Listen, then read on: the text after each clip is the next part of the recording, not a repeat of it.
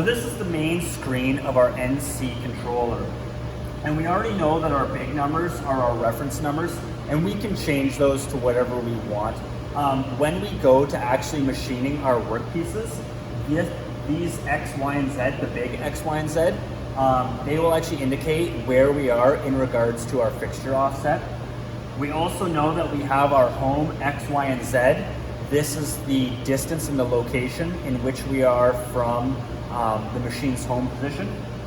And a couple other nice things that we have on here is we have which tool is in the spindle. So right now I can see that tool 4 is in the spindle. Our machines have the capability to hold on to 20 tools that we can rotate through and have it automatically pick up. We also have our spindle RPM. So currently our spindle is not rotating. It is at 0 RPM. And last but not least, we have our feed rate. Our feed rate, again, is a programmable feature that we will set in our program. And because we're on a milling machine, it is in inches per minute. So this is our FAGOR NC controller. At the very beginning, it's really overwhelming because there are a lot of buttons and a lot of information being given to the operator at any time. We're going to simplify and kind of eliminate some buttons just to kind of make it so it's not as nerve-wracking, especially when you first come into the lab. So in our top right-hand side, this area here is just our alphabet. We may need to do some minor programming edits on the machine or any manual input through our ISO mode. And if we need to type anything really nice and easy, we can do it by just using our alphabet up here. Any of our main codes that we use, so for example, F for feed rate, our G codes or M codes, anything that we use a lot, they are highlighted in blue. Just down below, we have our keypad, and again, if we need to make any adjustments or any edits to our program, we are able to right here at the machine. Now, two buttons that students get mixed up a fair chunk would be between our enter and our cycle start. Enter is yellow. It is between our alphabet and just to the side of our numbers. We use enter to input information into the machine. So if we have to enter a value into a menu, this is the button we use. When we want the machine to perform an operation, we will be hitting our cycle start button. Below our cycle start is our feed hold. Beside our feed hold is our feed override switch.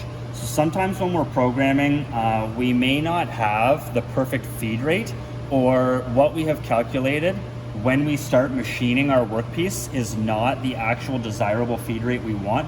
We can adjust this and either slow down our feed. So every one of these numbers represents the feed rate percentage. So right now I am at 20% of whatever my program feed rate would be.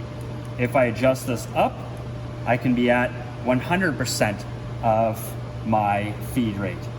We have the ability to go to 120%, so it's a lot easier to slow our feed down than it is to increase our feed, although it's most important for us to just program through our calculations to ensure that we're starting at a good quality feed rate to begin with.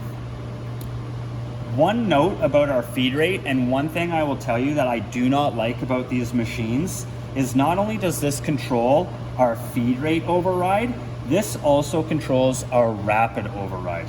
So when our machine is rapiding in position, we can slow down our rapid and make sure we're coming to the correct location. The reason that I am not a fan of this is because I like to have an individual control of either my rapid or my feed rate. Your feed rate, generally speaking, when you're machining should be 100 because you've programmed and you've calculated your proper feed. When we are first setting up a machine, we are not 100% certain that our tools are going to be moving to the correct location. And so I like to be able to adjust my feed rate down in order to know that I'm not going to be, rapiding overly fast in case something goes wrong. Our other buttons that we have just to the left of our feed rate is for our spindle. And just like our feed rate, how we can control our percentage override, we can also do that with our spindle. So we have the ability to increase our spindle RPM by 5% increments at a time. We can also decrease our spindle RPM at 5% increments. We would use these buttons here, again, if our machine starts chattering, or maybe we're in tougher material than we thought, and our calculated RPM isn't necessarily correct. We also have the ability to manually turn on our spindle. So we can turn our spindle on either clockwise, we can stop the rotation, or we can rotate counterclockwise. We're only able to use these 3 buttons if we actually have a spindle RPM programmed. To the left of my spindle control, I have whether I am in hand wheel mode or whether I am in jog mode.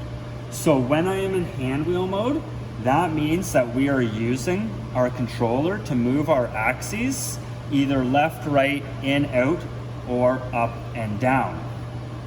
When our knob is in jog mode, that is when we are running a program, or we have input a command and are having the machine read our codes of programming to have it perform some form of an operation.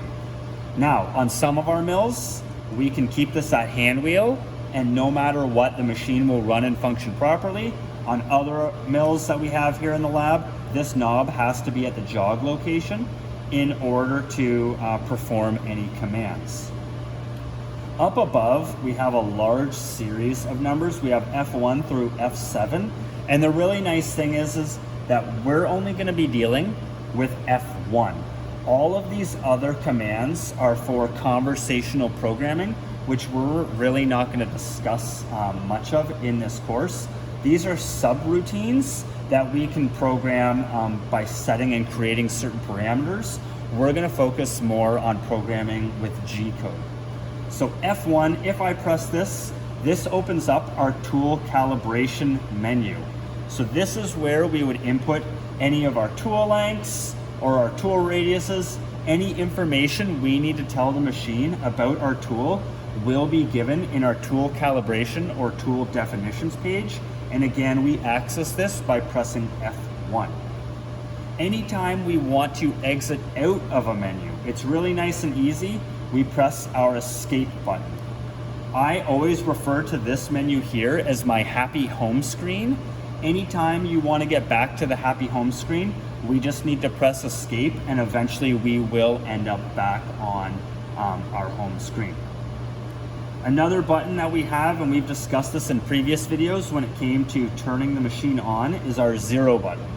And again, when I'm saying 0, I don't mean 0 as in the number 0. I am meaning 0 as in it physically says 0 and there is a datum location symbol. When I press this button, it opens up a mini menu and it asks you, or it gives you options of certain things that you can do. So for example, if we wanted to do our home search and send our machine to the home position, we would press our cycle start button. We did this when we were turning our machine on. If we don't want to have access to this menu, we press escape and it will move back to our happy home screen. Or if we want to go to our 0 offset table, we can press this 0 button again. So if I press this button twice, you will see that this gives me access to my G54, G55, G56, any of my fixture offset locations.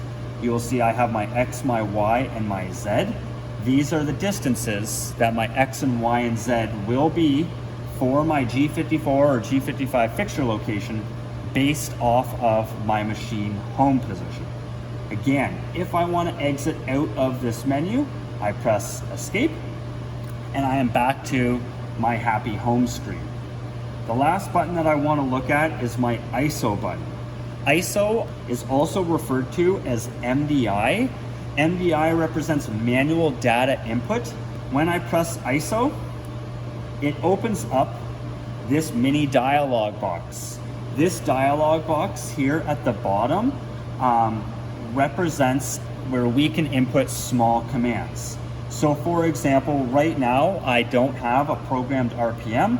Really easy, I can come up and I can type S1000 M03, and now I have a command line. In order to turn my command line or have my machine activate, I need to press cycle start, and you will see now that my spindle is at 1000 RPM, and you may be able to hear that my spindle is actually turned on and running at 1000 RPM. Again, if I want to adjust my spindle RPM up by 5%, I can, and you will see that it is increasing my RPM. I also have the ability to stop and then obviously move my spindle in a counterclockwise motion. So really, these are the main buttons that you're going to be using when you are at the NC controller. Even though this machine or this controller looks very overwhelming, it's really not overly complicated when we split it up into our alphabet, our numbers. We had a few buttons here, our escape, enter, and then our F10 ISO. We really, aren't using a lot of the controller. And not only that, everything is also labeled as well as far as your spindle and your feed rate, and it gives you a general outline of what these buttons do on the controller. So one button that we do want to be concerned with down in the lower right-hand corner, we use this when we were powering the machine on or turning the machine off. Hopefully that's the only time we need to use this. The short form for it is the E-stop. E stands for emergency.